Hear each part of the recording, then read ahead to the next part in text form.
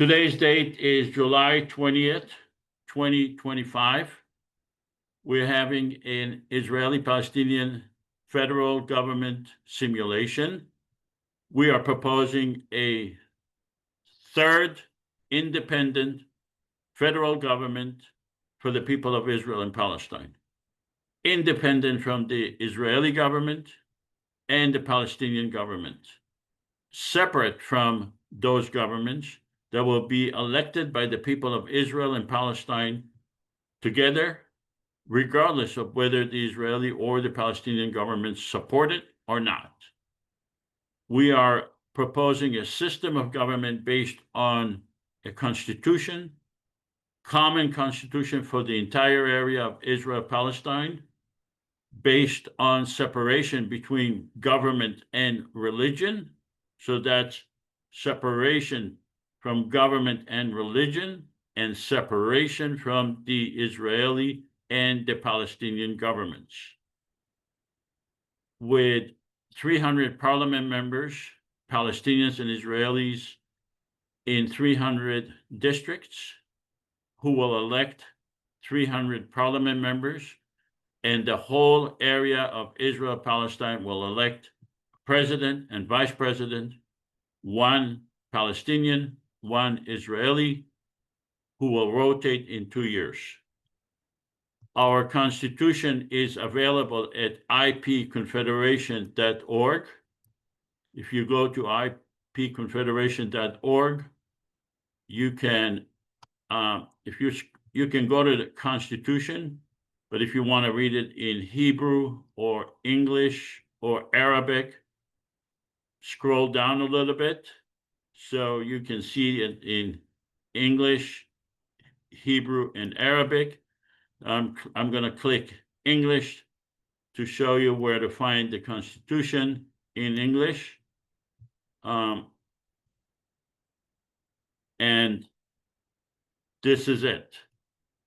The Constitution has 3 articles and a preamble relating to the vision of the federal government, relating to the structure, how this federal government will be created, and what will be the function of the Palestinian and the Israeli parliament members, and the Israeli and Palestinian president and vice president, as well as the Israeli and Palestinian judges in the judicial district. So this, please read the Constitution. It's an interesting read. As a matter of fact, this Constitution is a product of about over 20 years. We held many simulations, and in the simulations, we learned more and more issues relating to the federal government. And this Constitution was just last week updated because we felt that there was a need to update the Constitution due to issues that arose in the simulations. We just made the Constitution better. I don't think there is any Constitution in the history of democracy that have been discussed so many times by so many people and have been discussed on Zoom, certainly not on Zoom. You could reach me at josephavasar@gmail.com for any questions or information you wish. Today's date is Nima, Shama.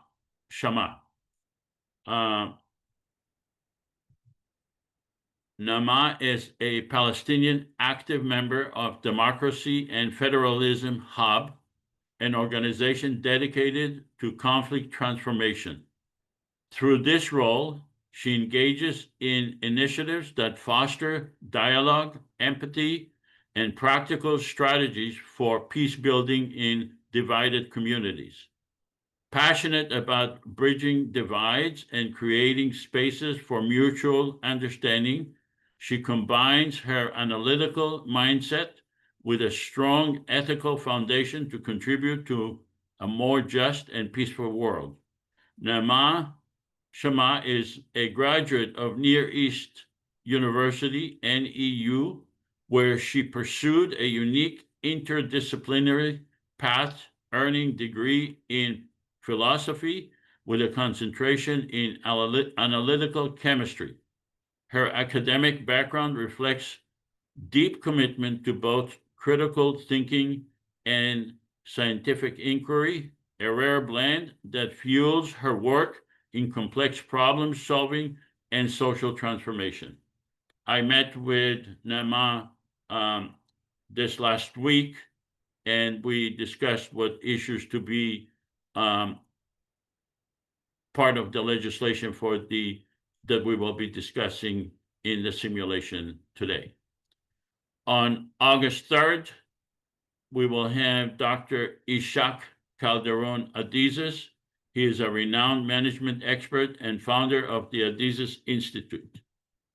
On August 17, we will have combined legislative effort in which we will actually put together legislation to show the benefit of having a federal government, and we will actually discuss legislation together and draft the legislation together.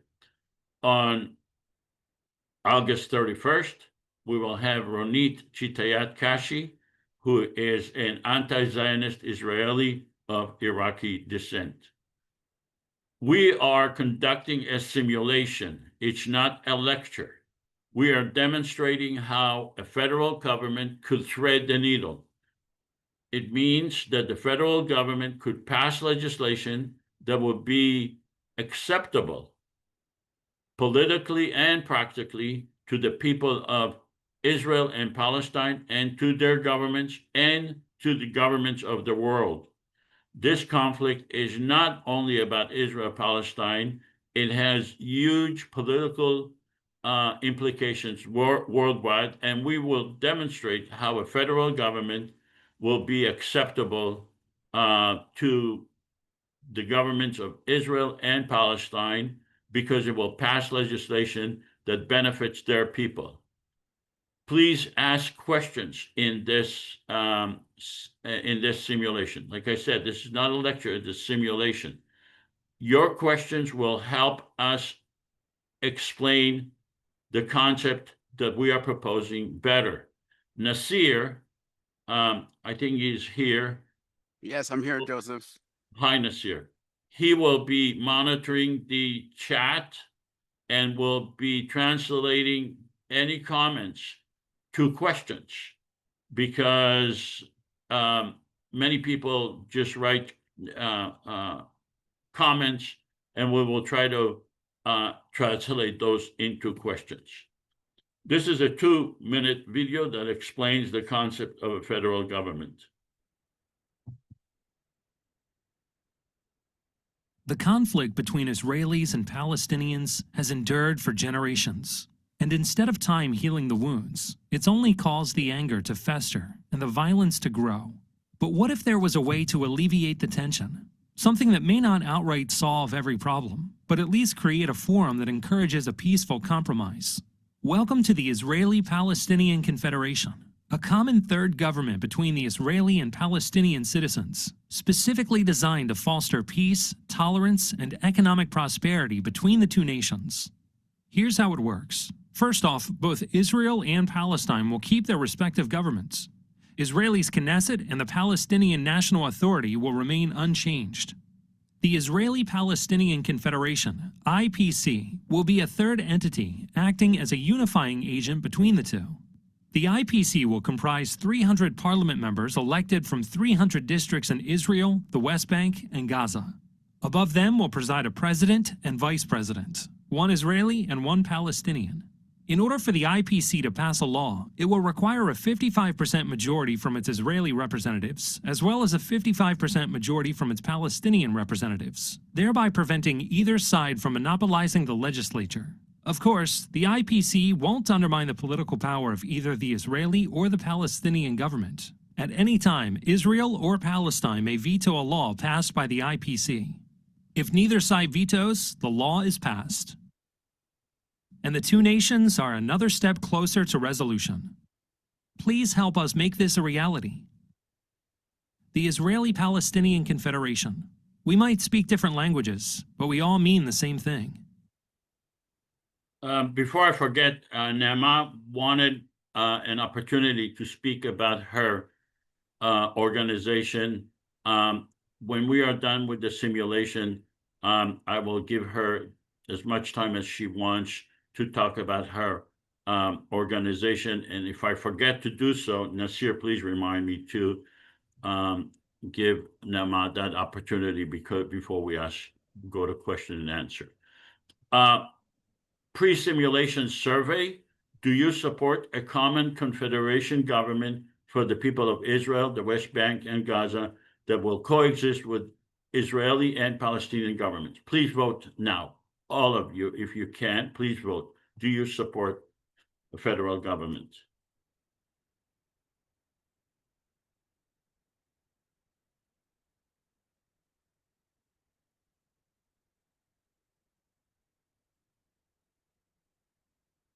Okay, 5 more seconds to vote, please.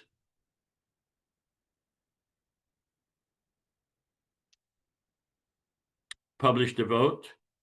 19 out of 20 voted yes, that's 95%.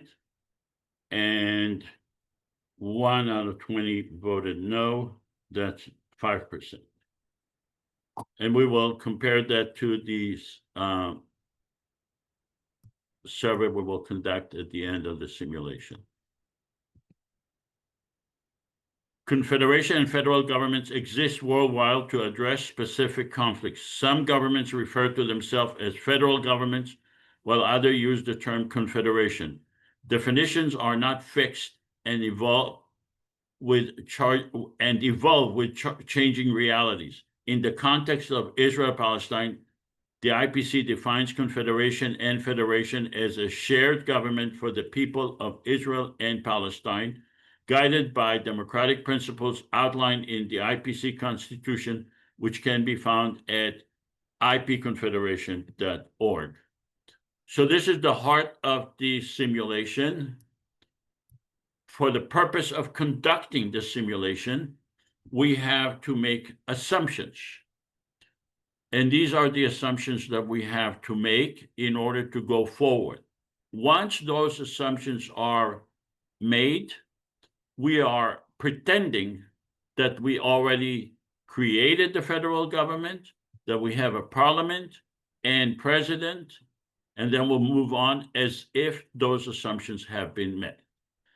So we are assuming that we were able to obtain major funding for a year-long campaign to promote the elections, to promote the idea of a federal government, to promote it in the area of Israel and Palestine, to promote people to run for the parliament, to run for president, Palestinians and Israelis together, and to promote the benefit of the federal government to the people of Israel and Palestine. And that will reverberate, that promotion will reverberate worldwide if we have sufficient funding. When I say sufficient funding, we're speaking about somewhere around $100 million to do so, to create the platform for the election and to allow people in Israel and Palestine to vote. The election will take place 3 months.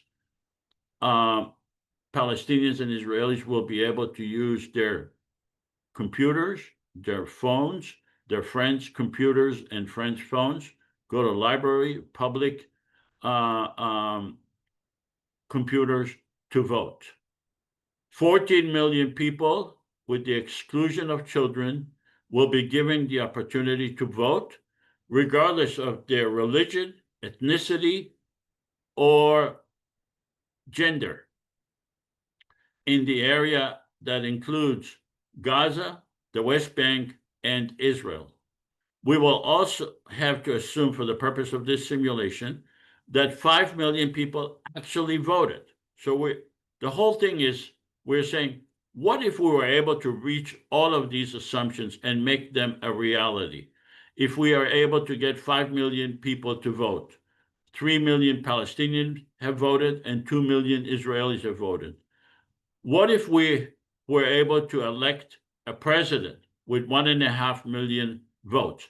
What if we elected Joseph? And by the way, I never intend to be president. I never intend to run for president, and I'm not even qualified to be president. But for the purpose of the simulation, let's just assume that Joseph was elected by 1.5 million votes, and a Palestinian lady was elected by 1.3 million votes, and we will be rotating in 2 years. What if we are assuming that 300 parliament members were elected? Are these assumptions realistic? And if they are realistic, would they be able to make peace in Israel-Palestine?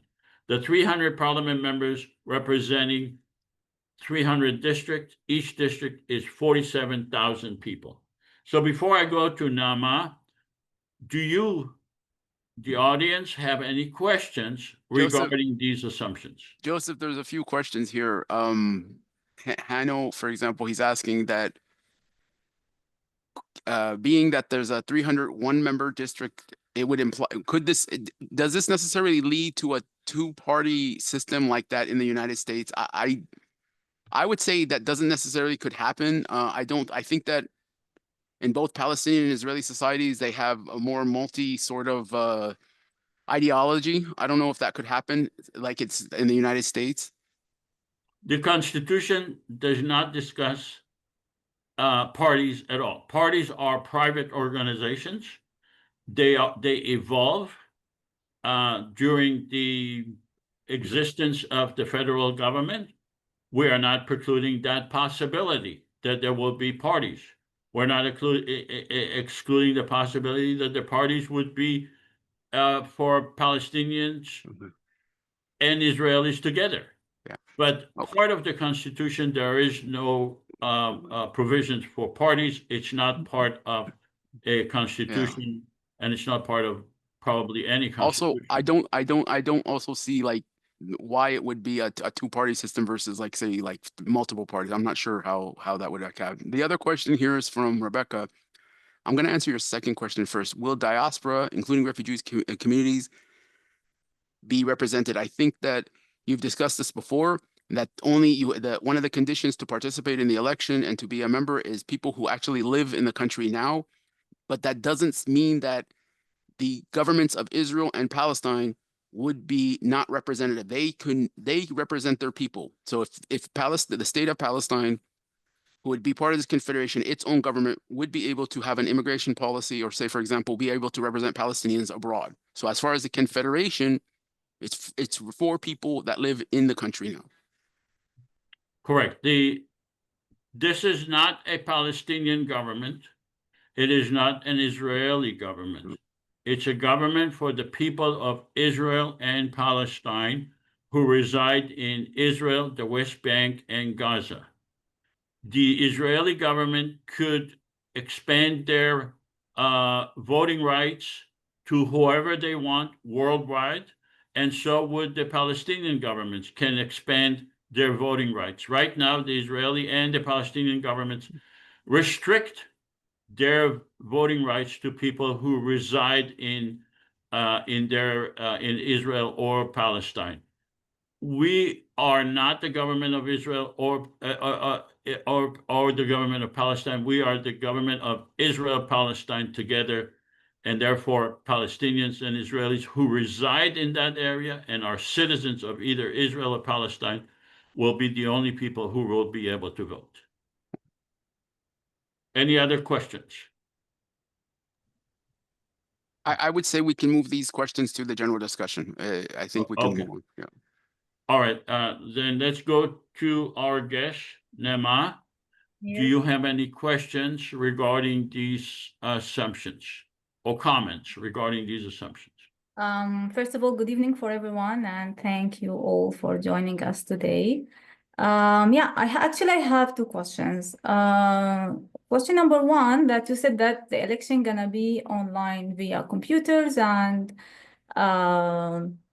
phones. So how can you avoid fake accounts and avoid for fake election or fake votes, for example? This is number one. Number two, point number three, you mentioned 5 million people. I don't get it because our population is more in both sides, Israeli and Palestinian side. We have more than 5 million. So why you assume only 5 million people? Okay, to answer your first question, it's a really technical question. If we are able to get $100 million to create the election, 10 million of that will be used for the platform, and the platform, and we will use sophisticated organizations to make sure that the elections are done honestly. We are able to, right now, we have fingerprints identification, we have facial identification. Each Israeli or Palestinian person has an identity card that is unique to him or her, and therefore we will be able to utilize all these tools to make sure that there will be one person voting. I mean, that we will make sure that there will be no duplicate in voting. The second issue regarding why are we assuming that only 5 million people voted, I'm not sure if you meant to say that more people will be voting, or why is it that we chose 5 million? Yeah, why you choose only 5 million? I'll tell you, one of the reasons, Miss Nimat, is that there are 7.5 million There's 7.5 million Palestinians, but remember, many of them are going to be underage. So this number takes into consideration the adult population, maybe? Maybe. Yeah, maybe. I don't know. That's why I'm Okay. asking Joseph. So there are 14 million people. Are you asking how did we get to that number of 5 million? Yes, why 5 million? Yeah, Because but we have more. it's an assumption based on what could possibly happen, because in some elections, again, when you have a country like Palestine where 50% of the population is more than 50%, below the age of 18, and then you also have people who don't vote. So it takes into consideration that 70% of the adult population might actually vote, which Yeah, I is got it. normal in a lot of democracies. So it's just a number thrown out for that purpose. Okay, thank you. Any other questions? No, for me, it's okay. Thank you. All right. Okay, so are you willing to go along with this simulation, accepting these assumptions as being reality for the purpose of the simulation? Yep. They actually they look real, and let's continue because I'm right. curious what's next. Okay, so you think that the assumptions, if we are able to obtain the funding, are reasonable to achieve? Yeah, because once we have the fund, so everything gonna be like just let it go. Just when Okay. we have enough fund for this, of course. Okay, so that the audience know, what city do you live in? I live in Bethlehem. In Bethlehem. Okay, Yes. which is adjacent to Jerusalem, correct? Yes. All right. Okay, let's go on. So now that these assumptions are established, this is the area that we are speaking about, Israel, Palestine, this whole area right here. Bethlehem is right here, and this is where Nima resides. We are speaking about 300 districts in this entire area. To us, it doesn't really matter if it's Israel or Palestine. We call this whole area Israel, Palestine, and the federal government could decide on the name for the government the way they wish. All right. So now so that we are established that the president, that Joseph was elected as president. Let's have the audience choose whether you are Israeli or Palestinian parliament member, and please keep the area that you represent in mind and remain intellectually honest. throughout the simulation because you will be asked to vote. And Nama, you can also decide to be Israeli or Palestinian parliament member. Remember, some of those districts may be exclusively Israeli population, some will be exclusively Palestinian population, and many districts could be mixed population, Palestinians and Israelis together. A Palestinian could vote for an Israeli could vote for a Palestinian, both for parliament and president and vice president. So please make your selection right now. Are you a Palestinian parliament member in this simulation or an Israeli parliament member?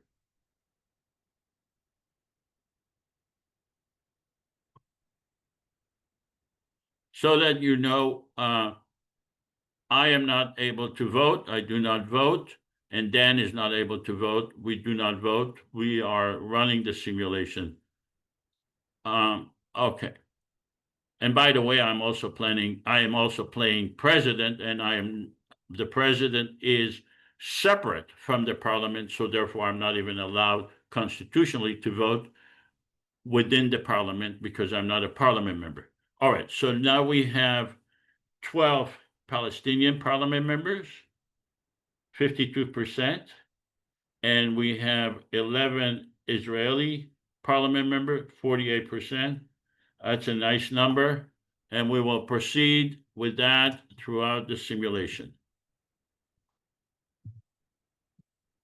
Our first order, now that we are having a parliament, we have a president, we have an election, and a parliament and a president were elected in 300 districts. We need to ratify, the parliament needs to ratify the Constitution. So, Libby, would you be so kind as to read out the Constitution? We believe that Palestinians and Israelis are entitled to equal rights under the law and guaranteed human rights and freedom. The Israeli-Palestinian Confederation does not intend to supersede or supplant the Palestinian or Israeli governments, nor to abrogate or undermine any agreements between those governments. We recognize the need to work with the Israeli and Palestinian governments. Our purpose is to resolve conflicts and to expand the relationship between Palestinians and Israelis in a fair and equitable manner. We believe in equal rights under the law, guaranteed human rights, and freedom for all. We voluntarily give the legislatures and the governments of Israel and Palestine veto power over legislation we pass relating to the domain of control of those governments. We believe in the separation of power between the legislative, executive, and judicial branches. We believe in the creation of a permanent secular government for all the people residing in Israel and Palestine. We believe in having a separate judicial branch relating to IPC legislation with Israeli and Palestinian judges, with a system to avoid biased decisions based on nationality. Thank you. I want to go back to this slide because I forgot to mention that I asked Jeff Warner to be the Prime Minister of Israel. Jeff, can you say hi? Hi, everybody. Thank you. So he's a separate government, and he's not part of the parliament. He cannot vote for the parliament. He can only veto legislation that we pass that violates his government sovereignty. I need a volunteer to be a Palestinian president. Do we have a volunteer to be a Palestinian president?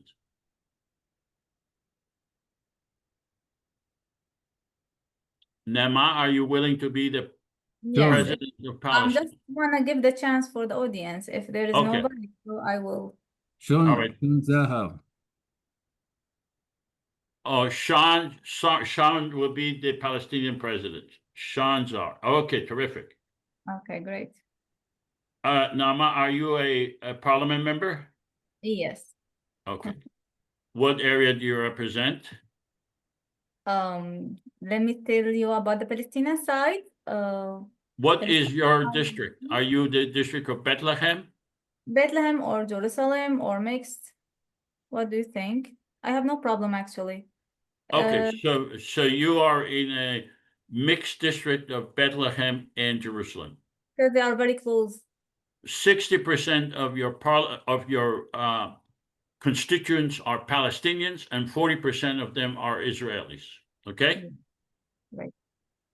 All right, let's go back to the Constitution. Just a short explanation.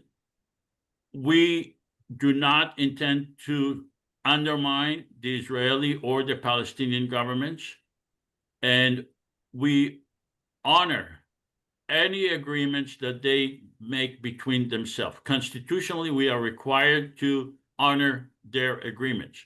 So if they agree on two-state, on borders, on one state, whatever it is they agree upon, constitutionally, we are required to accept.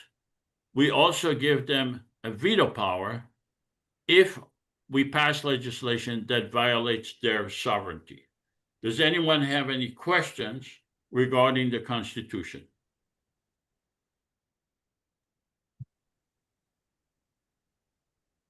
Anyone have questions regarding the Constitution? By the way, this is a short version of the Constitution. The long version is on our website.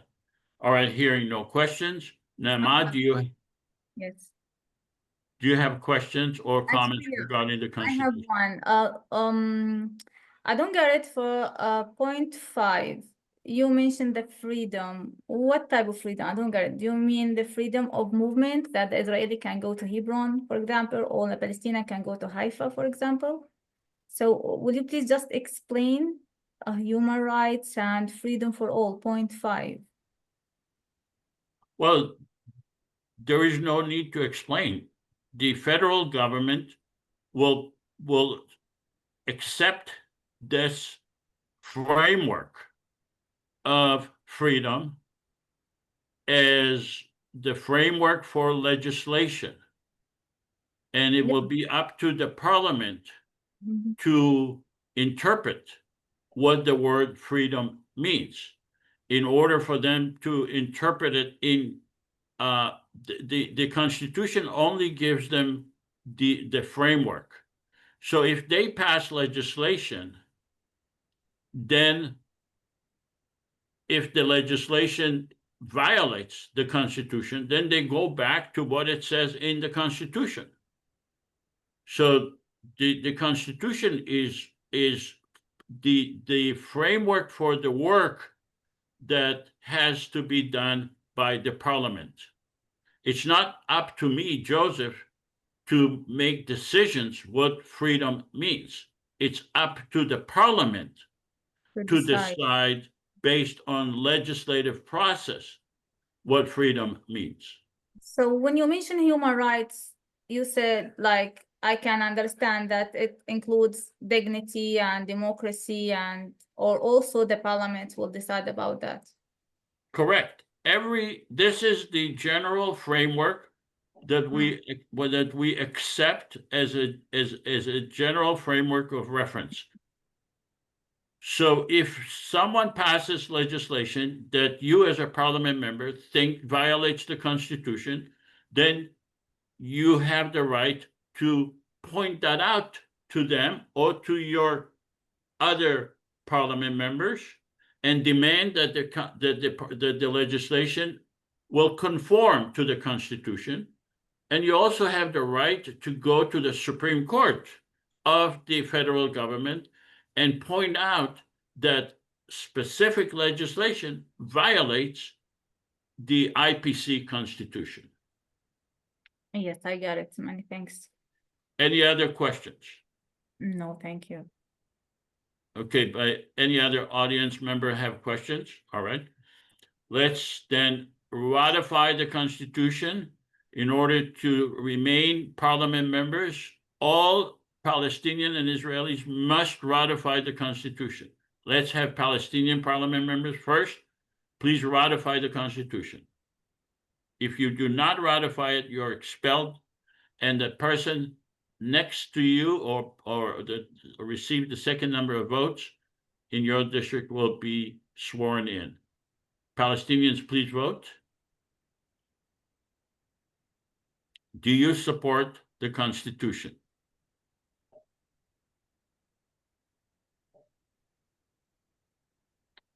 Publish the vote. There is a unanimous support for it. Let's go to the Israeli parliament members. Please vote. Do you support this constitution? What was this what was this threat of expulsion? Correct. Because if you do not accept the constitution, you cannot be part of the parliament. The parliament is the basis of the parliament is the constitution. It's just expulsion from the parliament, not from the country. So right, you can still be a citizen of Israel or Palestine, but in order to be a member of the parliament, you must accept the constitution. I don't know what country you live in, but it's the same in any democracy in the world. They have to be an acceptance of the constitution. All right, published it.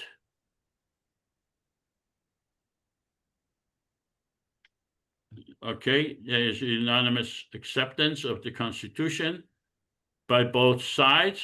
That means now we have a framework to work with. We have certain provisions that we all agree upon. And from now on, we are going to pass legislation that would meet the requirements or the agreed upon constitution agreed upon by everyone. All right. So congratulations. This is a momentous occasion in the history of humanity. The fact that we had an election, elected parliament members, elected president and parliament, and passed the constitution, undermine the existing government's use of fear and hate to justify their actions. We are basically demonstrating to the world that we are able to live together based on a constitution that separates between government and religion, that is common to the Palestinian and Israelis together, and we have a set of principles that we all agree upon. It removes the collective stigma that we are forever enemies, Palestinians and Israelis. It provides huge political capital to me as the president and to the parliament members to demand that the government of Israel and Palestine and the governments of the world will support us. We just had an election with 5 million people voting, with a constitution passed, parliament and president have been elected. This has never been done in the history of humanity in the area of Israel, Palestine. And it compels the governments to contribute and gives us, Palestinians and Israeli, new self-image and creates a mechanism to reach agreements based on a deadline. All right. Our first order of business is to grant a veto power to the Israeli and the Palestinian governments and the basis upon which we give them a veto power. Libby, would you be so kind as to read this legislation? The Confederation is the government of the entire population of Israel and Palestine from the river to the sea. We recognize the Palestinian and Israeli governments and are seeking their cooperation to implement our vision for peace by giving them a veto. We will do our utmost to satisfy the essential needs of each government. We are pleading with the Palestinian and Israeli public to understand that while we would like to pass the best legislation possible to improve their lives. Under these constraints, a perfect legislation is not possible. We hereby bestow a veto power relating to legislation affecting sovereignty to the following: the government of Israel on issues in which it is indispensable, the Palestinian government on issues in which it is indispensable. In the event of changes in the entirety of the Israeli or Palestinian governments, this legislation may be amended or repealed subject to the IPC Constitution. The Parliament will decide on indispensability. Vetoes may be bestowed individually or collectively. So we are giving a veto power to the Israeli and the Palestinian governments only on issues that violates their sovereignty. And sovereignty is defined by us on whether or not the legislation can be implemented without them. So example of indispensable issues would be the use of land, police force, or removal of the wall. However, if we pass legislation relating to our budget, ratifying the Constitution, or appointing a minister, that's our business. They are dispensable and they do not get a veto power. The reason we give them a veto power is to provide a safety net to both sides, increase the likelihood of Israelis and Palestinian participation, meaning the Israeli and Palestinian public and the Israeli-Palestinian potential parliament candidates, president and vice president. It decreases the Israeli and Palestinian government's opposition because we are giving them a veto power. They cannot claim that we are trying to undermine them. It removes any claims that we are a subversive organization intended to undermine the Israeli or the Palestinian government, and it gives legal protection to the candidates. In other words, the veto power gives legal protection to our candidates and compels the IPC to pass legislation that threads the needle to find the least objectionable legislation and creates a platform for negotiations with a deadline. So before I go to Nima, does anyone have any questions regarding the veto power?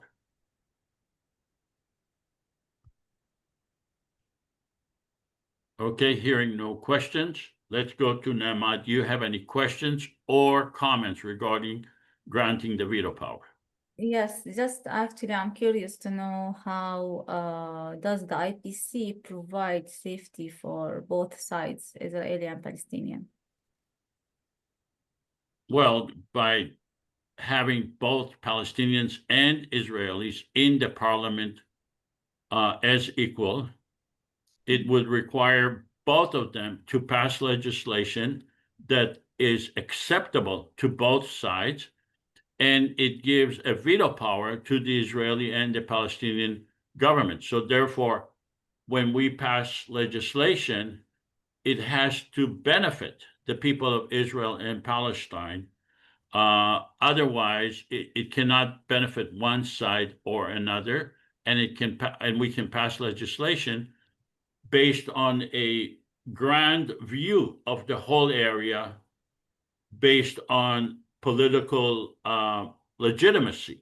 We will be the only legitimate government, or we are the only legitimate government democratically elected in Israel, Palestine, because the Israeli and the Palestinian governments are not legitimate democratically elected governments in the area of Israel, Palestine, because they are not elected by the entire population of Israel, Palestine.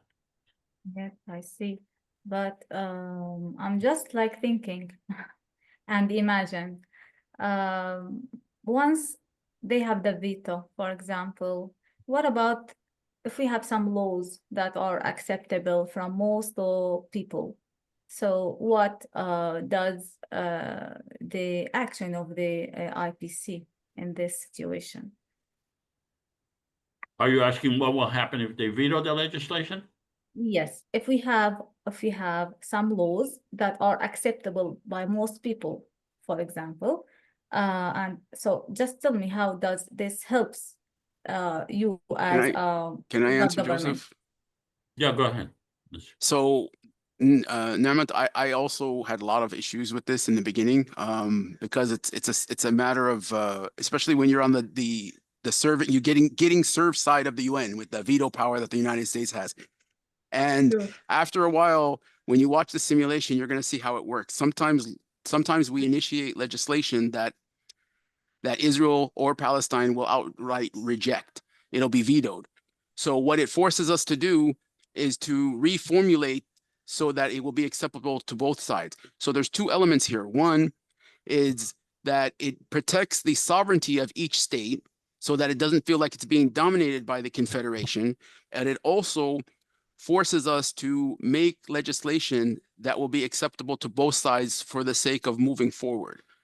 It's weird, I get it, but in a sense, it sort of guarantees that there's a continuation and a process that will work. Otherwise, we will be basically passing laws that will have no effect because each side is going to like stay on their corner. Yeah. Also, you have to remember, we have huge political power. Yeah.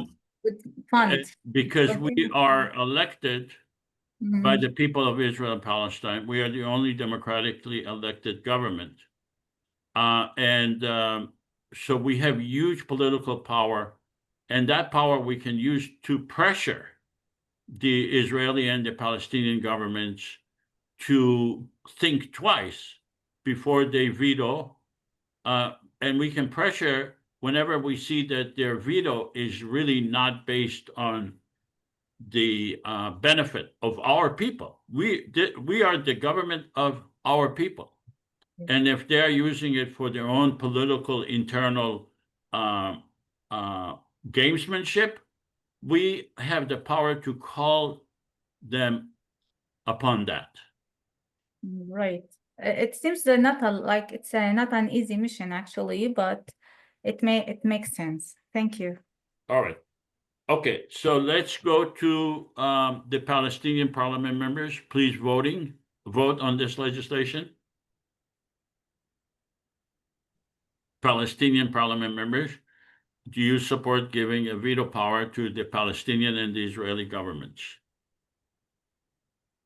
We need 55% of the Palestinian parliament members to agree on this legislation. Please publish the vote.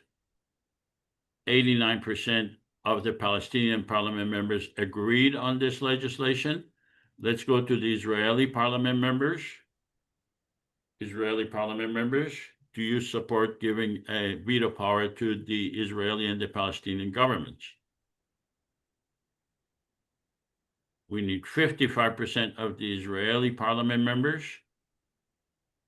And obviously we need 55% of the Palestinian. We already got 55% of the Palestinians. Let's see how many Israeli voted, published the vote. 83%, exact same percentage of Israeli parliament members agreed to this legislation. So congratulations, this legislation has passed. You notice that the Israeli and the Palestinian governments do not have a veto power over this legislation to give them a veto power. We can pass this legislation and they are dispensable on this legislation.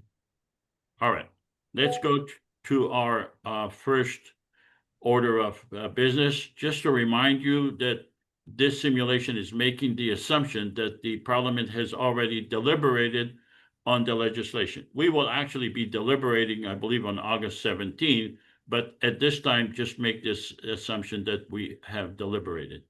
So let's go to our first order of business. This legislation affects our guest personally because she lives in this area. Libby, would you be so kind as to read this legislation? Okay, this is the Ramallah Jerusalem Peace Corridor and Cooperation Initiative. Comprehensive development initiative aimed at reducing unnecessary hardship and congestion at the checkpoint located on the main road between Ramallah and Jerusalem, without compromising the security of either the Palestinian or Israeli populations.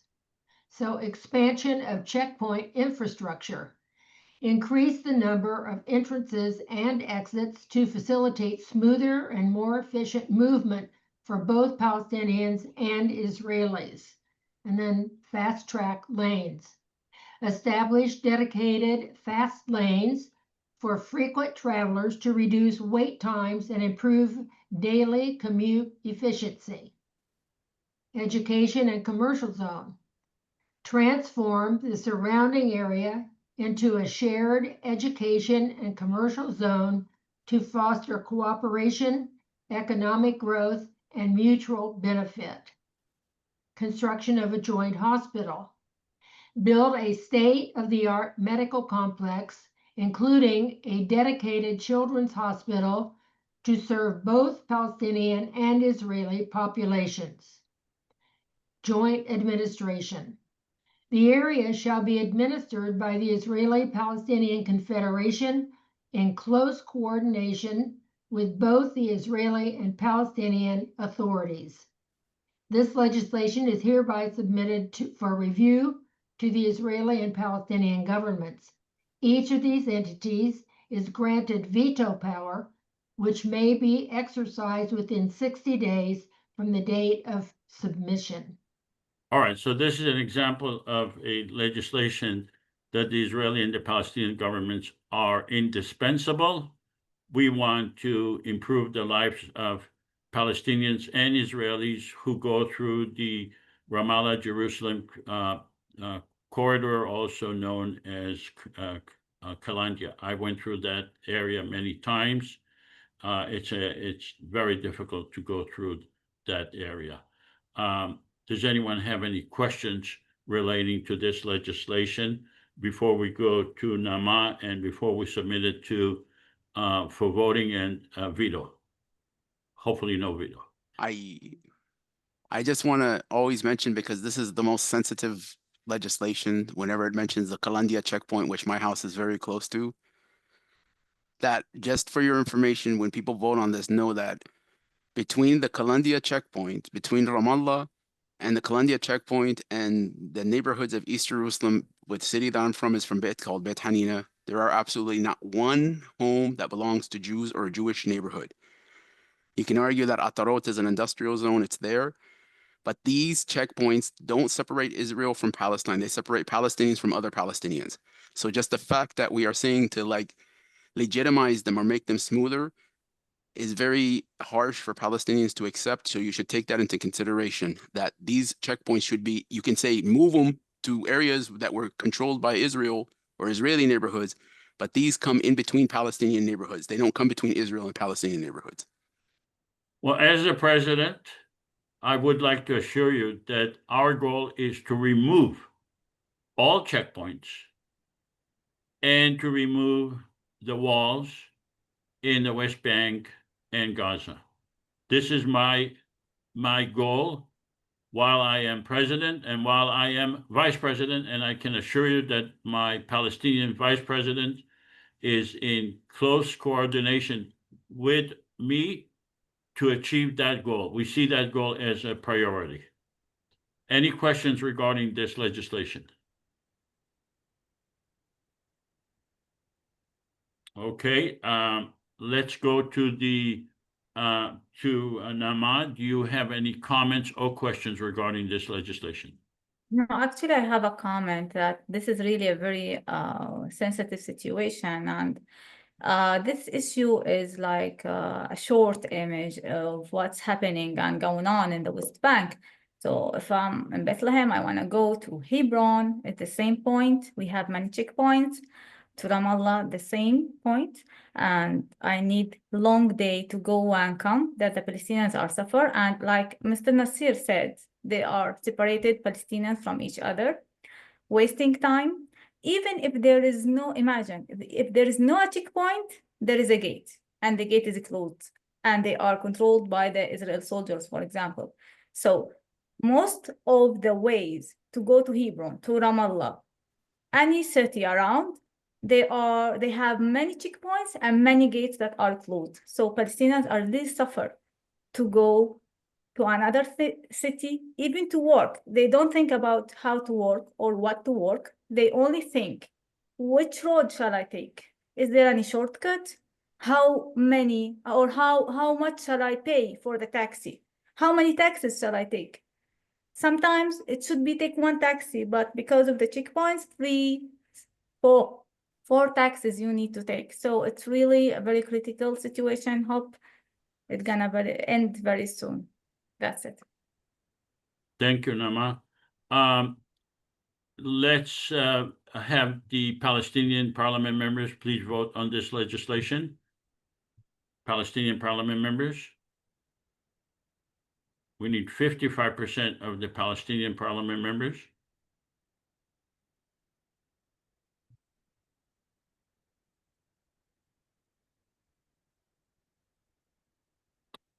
Okay, publish the vote. 89% Palestinian parliament members voted in favor of this legislation. Let's go to the Israeli parliament members. Israeli parliament members.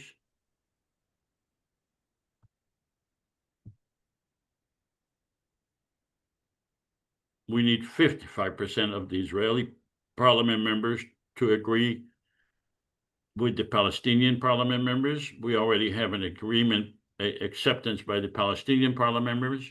Please publish the vote. 80% of the Israeli parliament members voted in favor of this legislation. So, and I am the president. I fully support this legislation.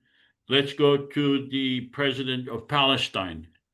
Mr. President, are you going to veto this legislation? I want to veto this in one condition. You know, I understand you want to get rid of the checkpoints for Palestinians. That's great. But my only condition is you want to build this joint hospital and commercial and education zone. But you know what? If you want to join Israeli and Palestinian together, but they're in the mindset right now where they hate each other. So how are you going to put these in a joint zone when right now in their mindset they are not tolerable with each other? They hate each other. 5 million voted for our government. We are in a different mindset than the Israeli and the Palestinian governments, population. Sean, is there a way to improve your microphone because you're muffled and it was hard for some people to hear you? What I'm saying is Josef wants to put Israeli and Palestinian together in a joint zone, but my argument is that these two people don't like each other, and there's going to be a conflict between them because if they're going to be in the same place, they're going to look at one another and hate one another. Okay, Sean, you're acting now as the Palestinian president. You're not Sean right now. So are you going to veto this initiative? Kind of, because I don't like the joint zone putting Palestinian and Israeli together. So are you gonna veto this legislation? Yes. Okay. Are you aware that you have been the president for over 20 years? Mm-hmm.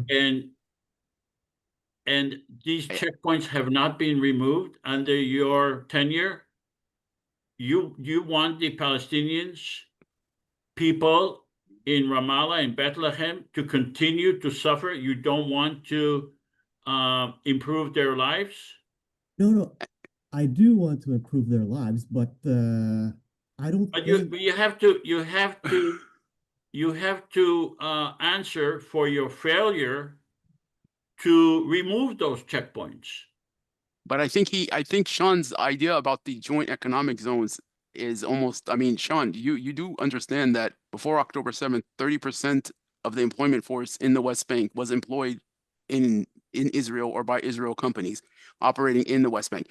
You have to realize that, like, if you go to Ariel, if you go to Atarot, these are Israeli industrial zones that employ Palestinian people. So these things are already happening. So this notion that you're saying that two people can get along in these joint operations, this is not based in reality, because these things happen already now. They exist.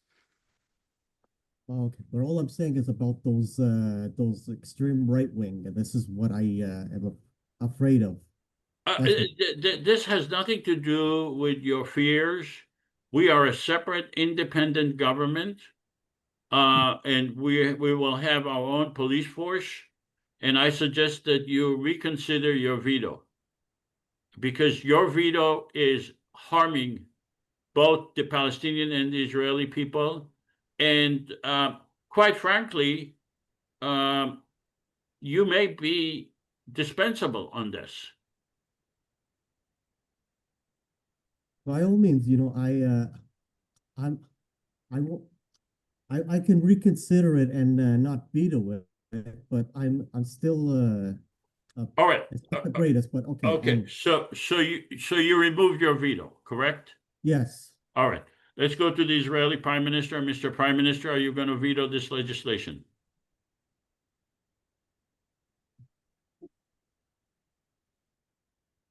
Jeff, you are muted. Mr. Prime Minister of Israel, are you going to veto this legislation? You need to unmute.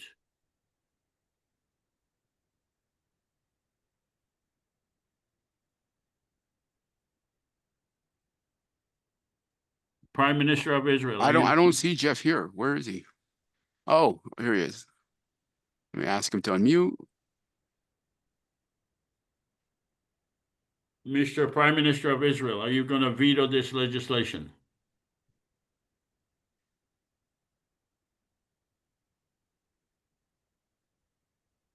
Okay, we'll get back to him later. But this legislation demonstrates how a federal government could thread the needle and also put pressure on the Israeli and the Palestinian governments to accept legislation that would remove or make the hardship less so for the Palestinian and the Israeli people. All right. Since Jeff is not here, I don't know what happened. Let's go to the next legislation. It's that Declaration of Governance, Ceasefire, and Reconstruction. Libby, would you be so kind as to read this legislation?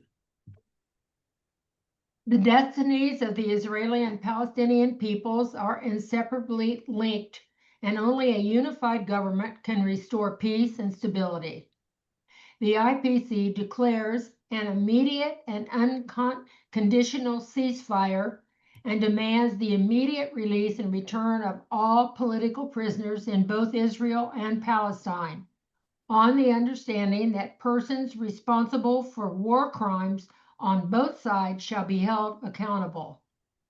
The IPC launches a national reconstruction campaign to rebuild thousands of homes, roads, hospitals, civic institutions, and critical infrastructure, enabling the prompt return of displaced populations to their communities. The IPC proclaims the restoration of law, order, and civil society as a national priority, recognizing that peace is not possible without justice and social stability. The IPC shall retain authority over the Gaza Strip until a new and freely and fairly elected Palestinian government assumes power in Gaza in accordance with democratic principles.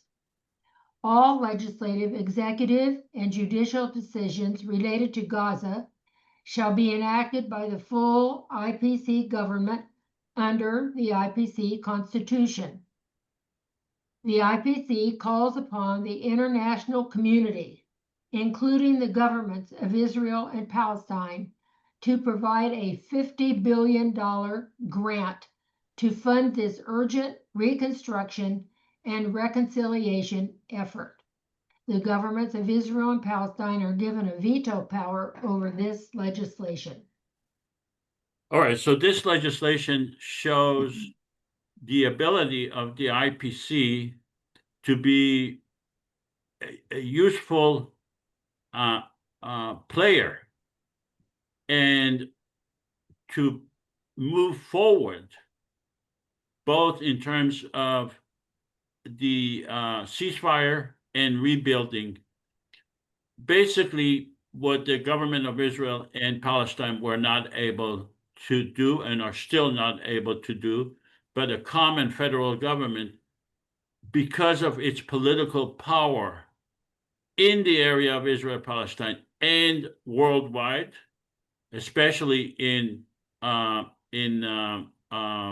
demanding or requesting that the entire world will help Israel and Palestine, Gaza and southern Israel to rebuild. This power is not available to either the Israeli or the Palestinian governments. They are sitting there in shambles, having their people suffer under their failed jurisdiction. So does anyone have any, before I go to Nimat, does anyone have any questions regarding this legislation?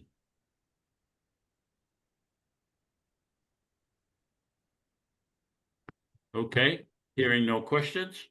Nimat, do you have any questions or comments regarding this legislation? Yes, please. Just curious to know how the IPC shall return authority over the Gaza Strip, and Hamas is still there in power. So how IPC can deal with that? Well, IPC is elected by the people in Gaza. We have 300 parliament members. Gaza has 2.2 million. So approximately 45 parliament members were elected in Gaza.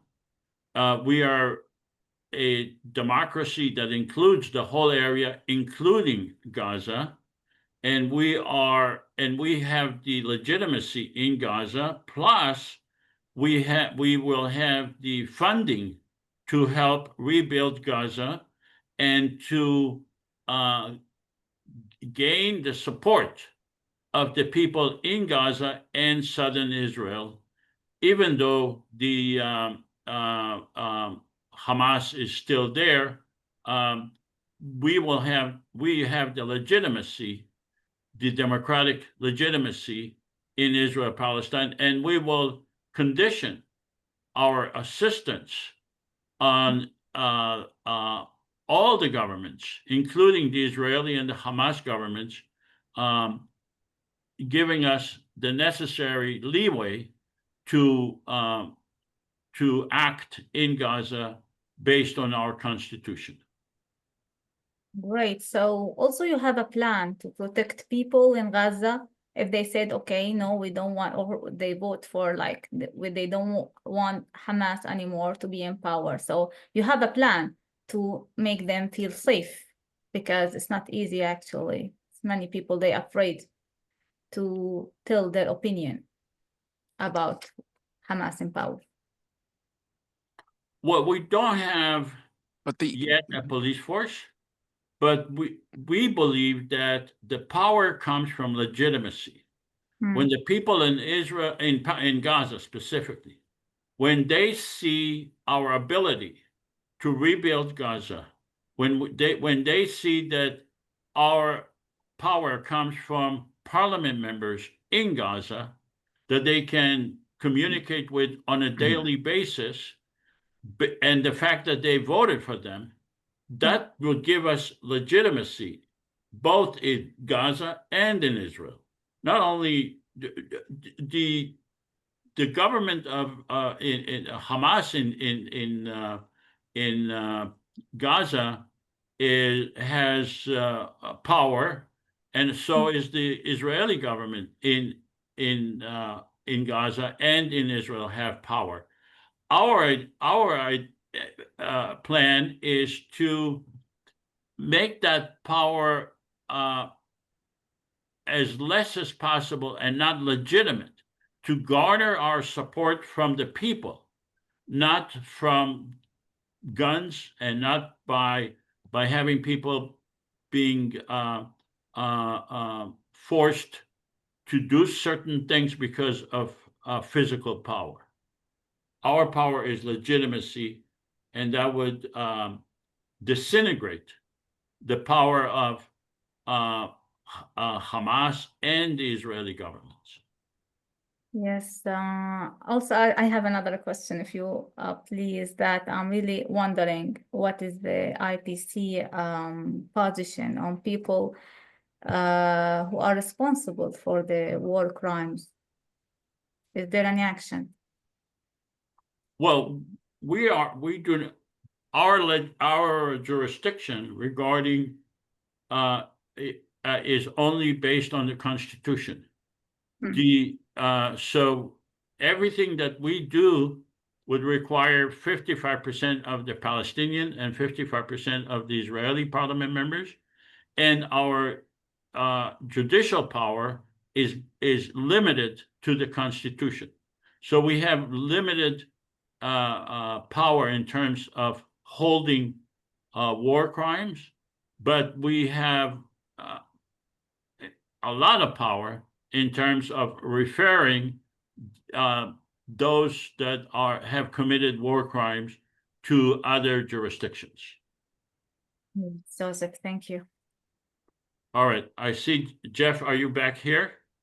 I am. Do you hear me now? Yes, okay. Yeah, I did not, Israel accepted the previous legislation. I am sorry that my microphone got messed up. Okay, so you did not veto the The previous one, nor do I veto this one. Oh, okay, thank you. We haven't asked you yet, we haven't voted on it, but it's good to know ahead of time. That actually is one of the features that the federal government could have, is we can actually go to the Israeli and the Palestinian leaders and negotiate legislation with them so that they will not be forced not to veto it, and they will not be in a position to embarrass themselves. All right, let's go to the Palestinian parliament members. Please vote on this legislation. Palestinian parliament members.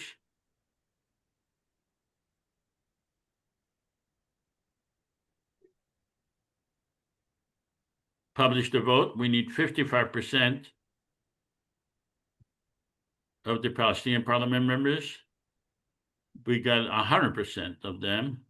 Let's go to the Israeli parliament members.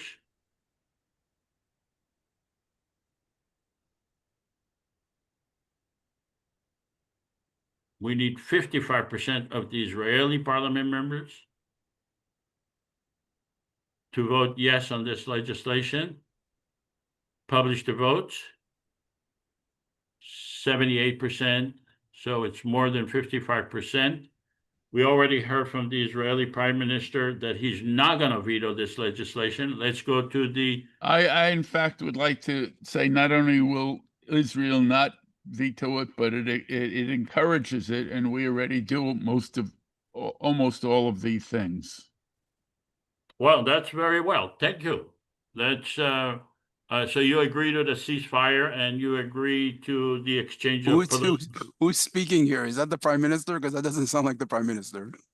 That's the Prime Minister of Israel, Jeff Warner. Okay, Jeff, you usually do a better job. I'm sorry. All right, let's go to the President of Palestine. Mr. President of Palestine, are you going to veto this legislation? No, I think it's a great idea. I don't think there's any flaws in it. All right, terrific. Okay, so let's go to Nima again. After you've seen what you've seen, do you have any comments regarding this legislation? No, everything fine. Anything bring peace to my people or the other people, even to the Israel side, with it as a peace activist. All right, terrific. Okay, so now does this make, when you say everything is fine, does this make the idea of a federal government more acceptable to you? You are asking? Sorry? Yes, you are asking me, right? Yes. Yes, of course. I'm all with.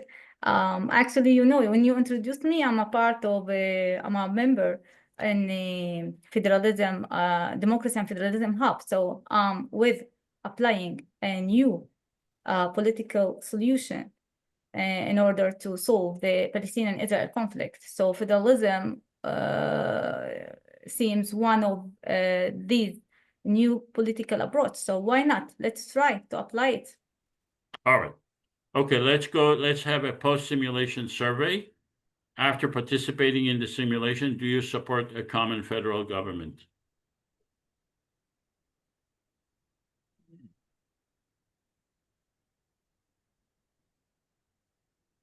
We had one person before who voted no. Published the vote. 96% voted yes, 4% voted no. So before we had 95%, it's the same result pretty much. And before we go to open discussion, I would like to make my closing remarks, and then we'll go to Nimat to give us this introduction about her organization. So a common democratic confederation government can bring peace. And it's just a matter of having the platform to do it and to have the people of Israel and Palestine aware and accept this idea. And we believe they will be accepting this idea. I think that the assumptions are realistic. Israel and is spending billions and billions of dollars on constant wars with the entire area, not only with the Palestinians. A federal government will resolve all the issues in Israel, Palestine, in my opinion, and will also make Did you want peace with something? the other governments. The current governments are not democratically, legitimately elected because they do not permit the entire area of Israel, Palestine to vote. We are proposing a legitimate government that would give the entire area of Israel, Palestine, the right to vote with the exclusion of children, but all based on equality. So when we have the discussion, let's go back to the assumptions, and I'm going to stop sharing, and we'll go back to Nima and have her give us an introduction of her organization, and then we'll go to open Q&A. Yes, thank you, Joseph. I want to add that, okay, you have mentioned, and thank you for a nice introduction at the beginning before the simulation. Yes, I'm a member of the DFH, which is a democracy and federalism hub. So we started this initiative to bring people, especially youth people, together from both sides, from Israeli and Palestinian side. So our goal here is to explore how federalism can be an alternative solution to solve the Palestinian-Israel conflict. So just I want to explain why we started with democracy, not like federalism hub only. Because actually, especially in the Palestinian side, we like democracy is lacking in my area, especially here in the Palestinian side, as I mentioned. So we want the participants to feel safe, sharing their political opinions without needing to belong to any political movements like Fatah or Hamas. One more thing I want to add that I'm working with my team on a special project for women, actually, to raise their awareness about federalism and how can we help them to gain more confidence to take part in the political life and real action. So please, who is interested in that, please, you can contact me. And thanks, Joseph, that's it. I have a question for you. When you say federalism, do you mean federalism? You mean a federal government with Israel, Palestine, or do you mean just within the Palestinian community? No, actually, we can start federalism in the Palestinian community, but I don't know if that's acceptable for the Palestinian Authority to accept that. So, in my opinion, we need within Palestinian parts, with Israel and with international, of course, like Europe and abroad countries to apply this federalism. So just we are starting stepwise. Do you have a constitution? Yes, actually, you mean like to put some constitutions for this movement or for this organization? No, I the don't get I mean, your ultimate goal is to resolve the Israeli-Palestinian conflict. Yeah, yeah, So do you have a constitution for the area of Israel-Palestine? of course, of course. So we need to build that together. But first of all, I need to hear the Palestinian voice about that and the Israel voice about that before building it. Okay. If someone wants to contact you, how would they be able to contact you? Yes, I will write now my email and they will welcome to send me, and my LinkedIn also. I have no problem, even my WhatsApp number. Also, if you can give their your organization's website so that Yes, people. of course, of course, of course, I will. All right. Shlomo? Yeah, I'm wondering. So, is your solution is thinking about one state? What about one state versus two state, or something completely different of the two of these two solutions? Yeah. Look, for the two-state, to be honest, it's not working. It's not working anymore. I don't know why Palestinian Authority still put it on the table and still talking about two-state solution, and it's not a solution. Okay, so for me, I'm thinking about any solution, not two-state solution. One-state solution, if you want to call it, federalism, co-federation, anything that can bring peace to both people. So I'm all with actually. It's very similar to IPC. What is the difference then? I don't see the difference now between what we suggest and what your movement. Actually, it's very close. The good point here that we started talking about federalism in the Palestinian side. You know, in the Palestinian side, no mention about federalism. Even if you want to discuss about this with other people, they say, okay, what is federalism? What is one state solution, or what is confederation? So they only aware about two-state solution and only talk about two-state solution. So that's the point. So that's why we started from the youth people, because they are easy to modify and change their mindset. Maybe the older still stuck within the two-state solution. That's why. So this is actually a very big challenge, and we have many members, especially from the Palestinian side, like with us, and they're curious to know more about federalism as an alternative political solution, which is really important. Yeah, I mean, I'm wondering, but this is for Joseph. What do you think, Joseph, about joining the two movements? I don't know how to call it. I've been in contact with them many times with Dora, and Dora introduced me to Nimat. We have a concept. We have a constitution, and when we had the in-person meeting I believe at that time I asked, well, what do you think about our constitution? And I still asked Nima, and she said the constitution is fine. So I don't understand why they are not.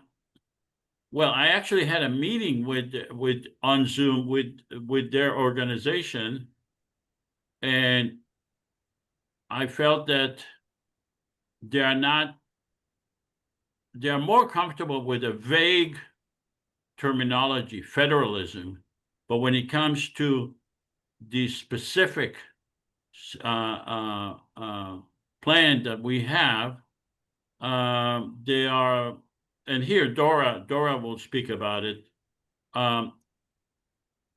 When we spoke about the, and I think many of the people that were there were Israeli and were Zionist, and it's very hard for them to accept a federal government. So they have this vague terminology of federalism, and they are, in my opinion, specifically not willing to endorse our concept, even though they cannot really pinpoint what portion of the Constitution they would want to remove. Dora. Yeah, thank you. Thank you so much for inviting Nimat, and thank you for Nimat. Nimat represent Democracy and Federalism Hub on the Palestinian side. Our aim right now is mainly to educate the population. The federal form that it's a project independently. We gather scholars and different plan writers, and we basically have more than 12 plans in the range of confederation and federation. We do present Josef as part of the collection, but we understood that there is so much variety. There's so many paths. So it's better to present the idea to the population and let it build in an organic way rather than choose one plan and promote it. And I think we did well because federalism is something new for both population, and also we can implement federalism within our own government. That means Israel can do decentralization, and also in the West Bank, they can take aspect of federalism and maybe apply reform in their government structure.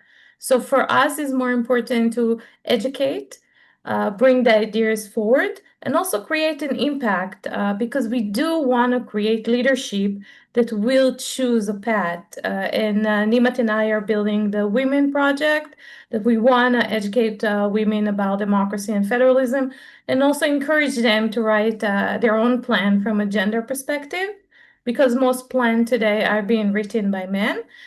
We have the Young Federalist Project that is run between ages to 18 and 35, that run with the European Young Federalist, and we have more projects to come, like civil democracy. The Dr. Hano is here, and if he can say a few words about civil democracy, because it's also in relation to Joseph Avasar mention about using application for voting. So I hope that helped a little bit to clarify what is our path. Dora, could you please put your email address for people if people want to contact you on the chat? Yes, definitely. Thank you. Thank you. I just want to say I turned away from the screen for a little bit, and I did not distinguish between Dora and Nimat's voice. I thought it was Nimat speaking. So, because I was sending you a message, Dora, and the whole time you were speaking, I apologize for that, but you guys sound the same. Really? I was like going, oh my goodness. Yeah. Maybe because we are working together. Yeah. Good job. Thanks. Okay, Thanks. let's go to Hano. Hano Schultz. Yes, thank you. Yes, Dora mentioned me, and I'm partly responsible for the democracy and the Democracy and Federalism Hub label. Because I'm a long-time political scientist and historical sociologist, and I see the Israeli-Palestinian conflict from a lens of the general development of democracy in the world over the last 50 years, in which we all know that democracies are not longer as legitimate as they have been in the past in Western societies, and they did not acquire the legitimacy they had in Western societies in other parts of the world. And this is due to the fact that normally democracy means that we make one vote on the ballot, and under traditional Christian culture, we felt obliged, if our community had voted for a person, we felt obliged to follow that person. But in today's individualized societies and in non-Christian societies, that obligation is not that large. And this is an important thing, and this is why I think, while I'm very much in favor of federal solutions, I think a federal solution based only on representation, as you have drawn it, Dr. Josef, will not be that successful. We will have from the outset, even if we have an elected IPC as we had in the simulation, we will have from the outset the extremists on both sides opposing it. And the question for how we acquire peace in Gaza was exactly pointing to that fact. We will not be able to build the legitimacy while Hamas is still waging their war. And so we need to involve people more, the individuals, more than just by voting for a representative. And for example, the ratification of the Constitution must be done using direct democracy, or the mixture of direct and representative democracy I have developed in this process, which is called civil democracy, because it gives power to citizens and to civil society organizations, which is a way to have an pragmatic way of engaging people. And of course, I expect that in high stakes decisions as voting for constitutions, almost everyone will go to the polls. And this is a way that acquires more legitimacy, even against these extremists. And if in Gaza we have enough people voting for the constitution, it's a different thing than just having them vote for representatives. Hano, have you read our Constitution? Yes. Is there anything that you think that should be removed or added to that Constitution? I think the ways decisions are made should be altered.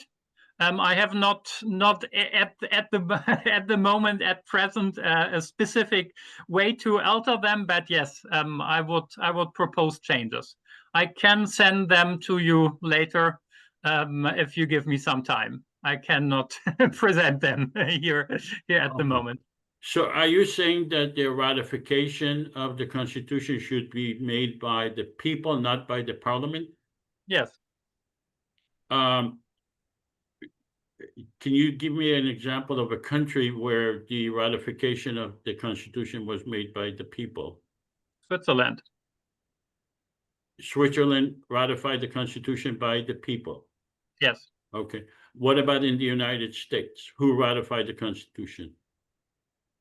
This is Christian culture at a time where it was still working. And there was, of course, ratified by representatives, and everyone accepted that. But at least... Are you from Switzerland, you said? Are you in Switzerland? I'm living in Switzerland, yes. Are you a Swiss national? I am in between a Swiss national, but I have not been born that way. I come from Germany originally. Was the Constitution in Germany ratified by the people in Germany? No, and this is exactly a problem. Okay, so one country in the world ratified probably several hundred years ago by the people. No. The last change in the Constitution in Switzerland was ratified by the people as well, and it's, I think, 50 or 18 years ago, like that. All right. So until then, it was not ratified by the people. No. All previous changes in the Constitution since 1874 have been ratified by the people. Okay. So in your opinion, the fact that we are proposing the ratification to be by the parliament is not perfect. Yes. It's not And- the only detail, but Okay. it's an important one. Okay. Yes. And are you aware of the fact that perfection could be the enemy of good? Yes. Yes, but in this case, I think it's it's better to be this more perfect than to be rushing. And by the way, you see that in the chat that Rebecca Shute has given a very helpful list of ratification methods, which entails a lot of referendums. Well, whatever ratification method will be chosen, that means that others are not chosen. And someone can go and say, well, why don't you do the other method? So, I mean, skeptics can always come up with ideas to do things differently. All right, Yes, let's go to Danny Eshet. Yes. Is it like okay for me to just express general thoughts, or is it specific to a certain? This is open discussion. You can make your comments or ask Nama or any of us questions. And drive safely, by the way. We don't want. I mean, yes, I'm in a parking lot. I just want to say that I salute you, Joseph, for this Palestinian-Israeli Confederation project. I think it's much better than the current. That being said, I personally, in the opinion that any federation or confederation cannot succeed without clear and agreed on border between one state and another. And this is not the case. And my opinion is that the core of the problem is the Jewish population philosophy that they need a country for the Jewish people. This is the core of the whole conflict. And this is, if this goes away, this is the core of the whole solution, is to have one country for whoever lives there. So my opinion is that a country doesn't need to belong to one group of people based on ethnicity. A country can belong to both Jews and non-Jews. There's no conflict between creating a land that belongs to the Jewish people and the Palestinian people. This mentality that it needs to belong only to the Jewish people, whatever part of the state is the problem, and it will never work. This will be just a game of political arm wrestling that would just explode in some kind of violent. You may solve this problem for a short term, but it's not really, in my opinion, a core solution. A core solution must be acknowledged that a person can be two things. He doesn't have to be one. He can be both Jewish and a Jewish Palestinian national. He doesn't have to be so restricted. For some reason, we live in some kind of a mindset that we have to be only one thing. Yeah, Danny, I agree with you 100%, and you just touched the core, the essence of Zionism, and that's the problem. I agree I too. agree 100%. Where you have to agree. extract it completely and to tell the people, hey, this is one state, just live in peace, okay, and let democracy thrive. But they cannot. The Israelis are born with implant. They are programmed. There is no other way. It's only there has to be a Jewish state. And They are programmed by Zionism, which is really not that old. So I think in maybe 100 more years, this program can be unprogrammed. Yes, we don't have 100 years. We talk about voting in Gaza. The Gaza people, they need to eat, they are starving by Israel. And there is a genocide going on. And first thing we have to resolve it, we have to stop it, and you have to force, I don't know the world, what happened to this world, but it has to stop before we talk about anything. By the way, regarding Hamas, very quickly, they say that they are ready to step down under an agreement of some peace of some kind, and so that would not be the problem. And they talk about extremists. The extremists thrive because of the Zionism, because of where we are now. And so the moment the Zionism, the extremists, including Hamas, by the way, or whoever there, will be dismantled naturally once you have peace. Yeah, they will dissolve. Yeah, let's go to Rebecca and then Sean and Dora and I just want to mention to Danny just a really quick line that we promote different plans. We have confederation and federation. So some of the plan are touching more toward confederation when you do have the sort of semi-two state with an open border, when you have the Jewish state and you have the Palestinian state. And we have more ideas. So if you're interested, I can send you more materials. all right, Yes, let's go to Rebecca. Thank you. Thank you so much. This has been enormously interesting, and I thank Dora for the invitation to come along. I am the former executive director of Citizens for Global Solutions, which is the U.S. Member organization of the World Federalist Movement. And I'm also an international human rights lawyer, an international criminal lawyer. I've worked at the ICC, inter alia. But before all of that, I worked in international democratic development for many years, including on constitutional processes in places like Somalia and Kosovo that were either conflict zones or conflict environments. And I also have worked I was not there at the time, I was a little bit young, but in the aftermath of a failed confederation experiment, I think that we can say, in the only state that has a rotating head of government, which is Bosnia-Herzegovina. And there's some very important lessons, I think, to be heeded from that process. It's this year the 30th anniversary of the Dayton Accords.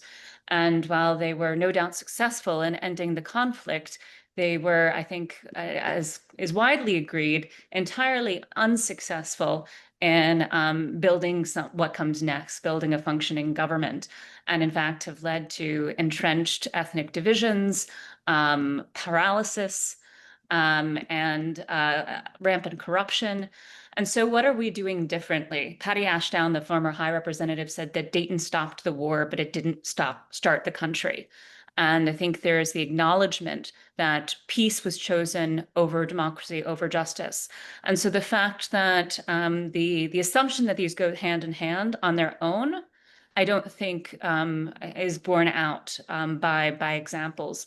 And when we were discussing earlier the expulsion or the lack of participation, ability to participate in government and parliament by those who disagree with the legitimacy of the constitutional structure, that I think also is problematic, because I think you either have, you could end up with protest votes against the Constitution who are then shut out entirely from government. The opposite is true in places like Kosovo or Somalia, where you have ethnic minorities, for instance, that while they object to the notion of federal sovereignty and the constitutional accords that were reached, they still participate to some degree in parliament or in other institutions of government because there is no alternative. So I think that bears some exploration.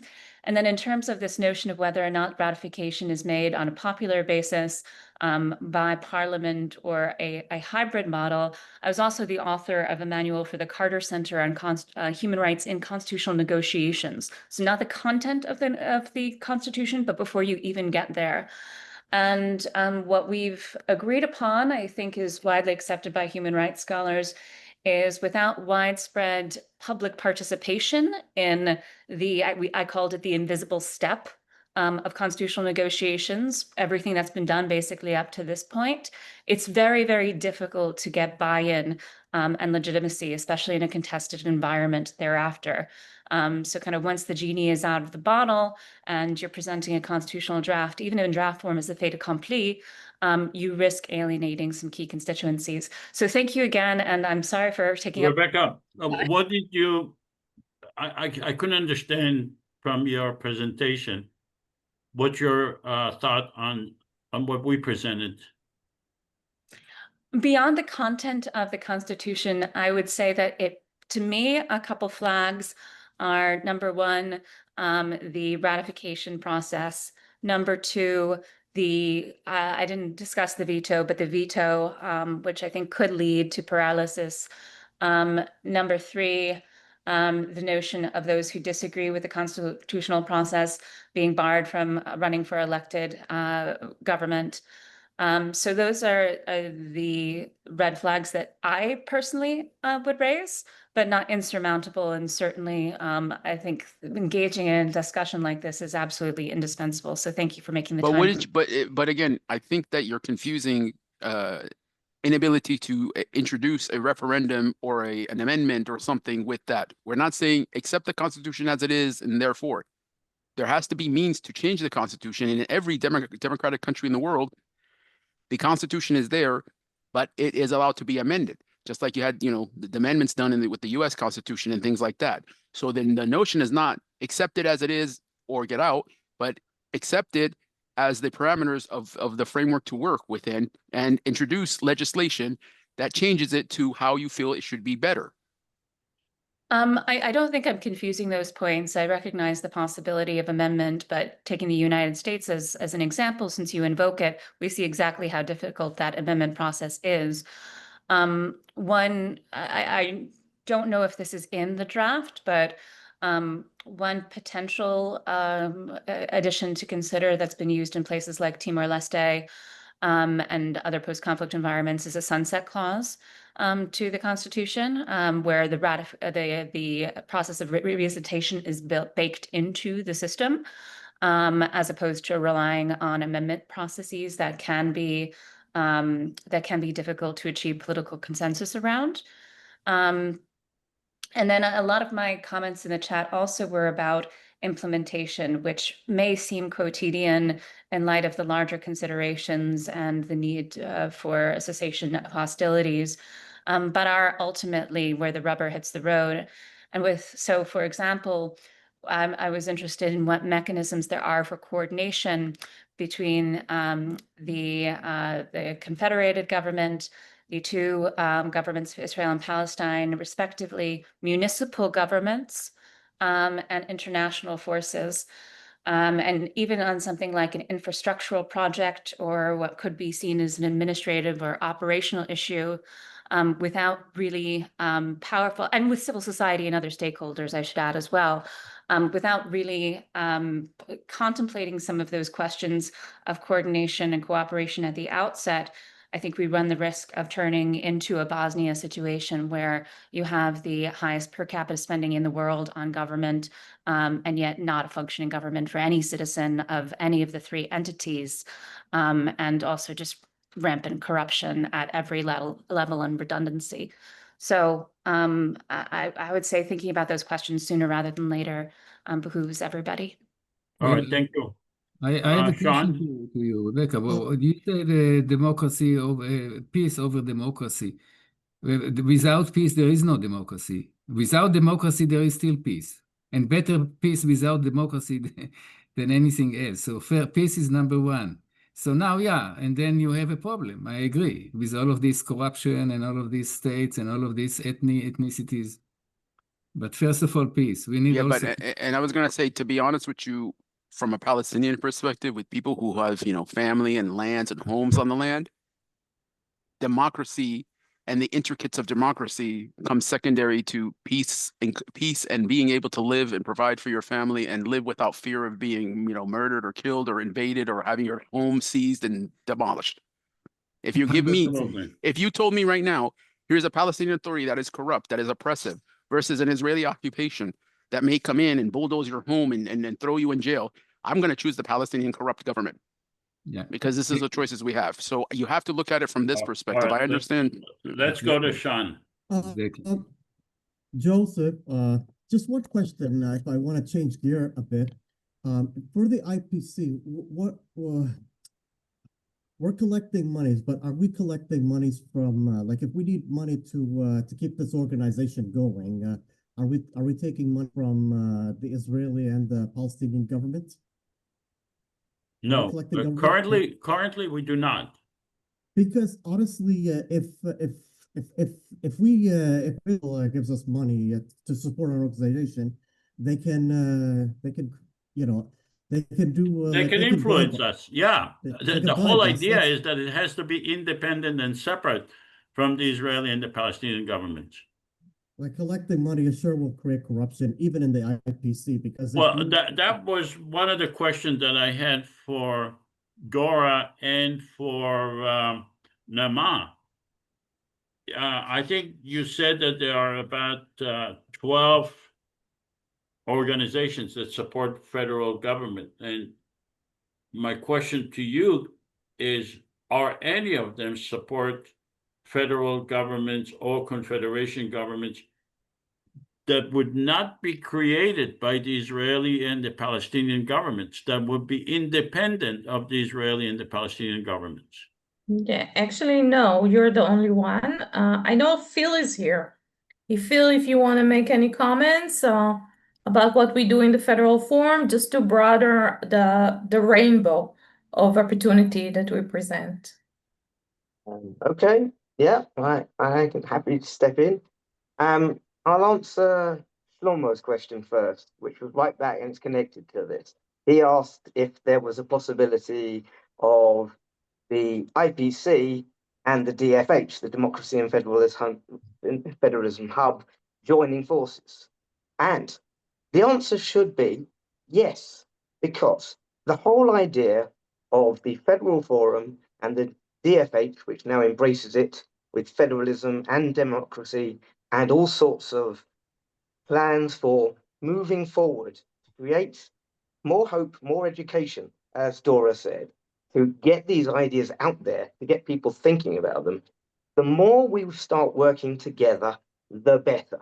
And our point of view is, when you asked about whether we have any problems with anything in the constitution of the IPC, the answer is no, not at all. We have gathered together multiple plans which look at tackling the situation in various creative ways. The IPC is a fantastic approach for dealing with the problem, but from our perspective, we view it as one of several innovative approaches. We have other ones that, for example, would try to create an Israel-Palestine with cantons similar to Switzerland, for example. That's another creative way of doing things. We have another one that looks at embracing the concept of Abraham as a collective ancestor and the symbolism that we can all come together under that. These are all creative, useful contributions. And what we say is, let's all start working together. And by the way, I'm a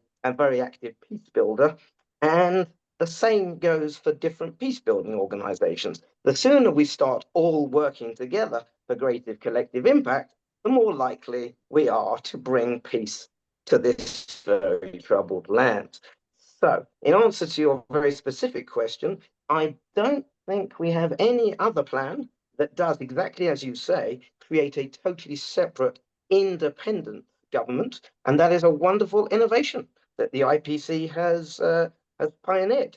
So, please, we welcome all of these ideas together, but we do not choose to pin our colors to any particular mast. And we've even been advised by diplomats not to do so, because what they say is they will also need to be brought into the discussion so that when it's time to implement something, they will all feel part of it. Now, we really do believe that at the moment, the right thing to do is to gather all these ideas together and get people out there to be aware of them. And so let's work together to achieve that. Phil, this is exactly my problem with your organization. Okay. Is that you want to have many peace plans, but you would not endorse any of them. And the problem with that is that you're just muddying the water. And unless you take a bold approach and you say, this plan, I'm not asking you to endorse our plan, but unless you say this plan is better than the other, we just say, well, let's have all these plans being discussed. In Israel, Palestine, there is the process, and process takes precedent over reality, over principle. And that's why you had these diplomats telling you not to make a decision, not to endorse anything, because you will be continuing with this process forever. You have to make a decision if you truly are interested in peace, and say, well, what is the plan that will bring us peace? You know, if you go to you don't go to different doctors just to have a process. You want to get well, okay? You have to make a decision. And with all due respect, I like you personally. You hosted me very nicely. Thank you. But you need to make a decision. You can't just have a process for the sake of general education. So I'll answer that. None of us wants this to go on forever. We've all had enough of the hell that we're going through. Okay, of course we want a solution. And yes, if there were a solution that everybody could buy into, then wonderful, raise a sign. However, it looks as though at this point in time, people aren't ready to sign on, unfortunately. And a lot of that is because they're not even aware of these ideas. And so we have come to the conclusion it's important to gather together, everybody together, for collective strength, as I've said, and become a movement in which we can then collectively put these ideas out in all kinds of directions, not only to everybody in this land, but to everybody outside in the world who also do have significant influence upon what happens in this land. But we want a solution as quick as possible. And I can assure you, there are arguments amongst our federal members. Some of them believe it's immediately possible to implement their individual plans. And we say, look, okay, if it's possible, great. However, again, there are others who have shown quite clearly that there needs to be various steps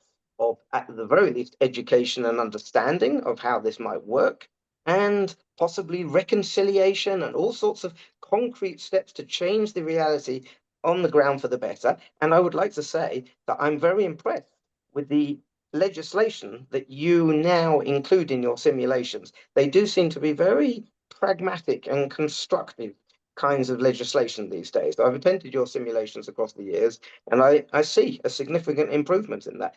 Absolutely. Let's move forward. Let's move the needle towards where we all want to get to. But we need to all be prepared to work together, okay, and make it happen. So at the moment, I personally am not ready to decide this is the one that I am joining forces. But that does not mean I'm against any of them. So we welcome all of you. Does anyone have any more questions or comments before we close?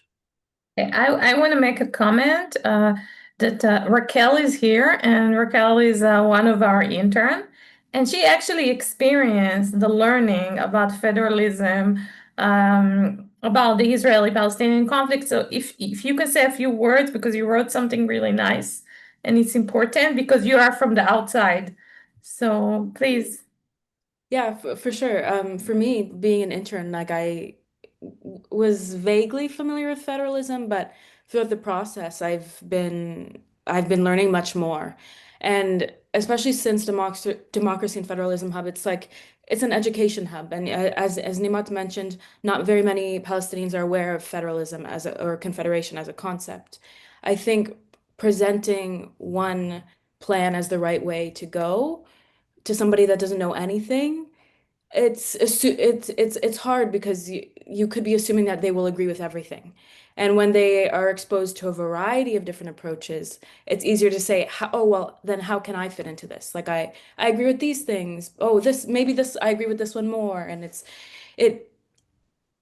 in a space where not everybody's aware of the concept of federalism and doesn't have their own understanding of it, it's really important to keep an open approach. All right. Okay, thank you so much. I want to thank Nima for your generosity and coming to participate in our simulation and having the time to sit down with me before to discuss the possible legislation. I think that we all have one intention, and that is peace. That's what brings us together, is we want to have peace. There may be different approaches, but we all are sincerely interested in peace, and that's the commonality that we all have. And I want to thank Nimat and Dora and Raquel and Shlomo and Nasir and everyone else. And also, I wanted to also thank Phil, Nimat, Dora, and the others. I like it when you guys join because you bring that element of the of your federal. By the way, I was introduced to this Phil. I've talked to Phil a few times, but it seems our schedules are just always all over the place. We're trying to catch each other someday, and I think that you guys bring. Let's do it soon. Yeah, please. I know. So let's try to, keep joining us, because I think you add an element here that's a lot more, how should I say, that brings a little bit more reality to the event as well. I think it's two good things, and I think that working together and because even if we don't agree on the exact things and some things are different, we do learn from each other, because I think both our missions are the same, and it brings ideas that will improve us as well as improve you guys. And that's what the whole purpose is for. So please continue your cooperation and join us and bring your ideas, and hopefully you learn from us as well. Thank you, Joseph. Absolutely. All right. Thank you all. Thank you all for joining. Okay. Thank you. Okay. Bye-bye.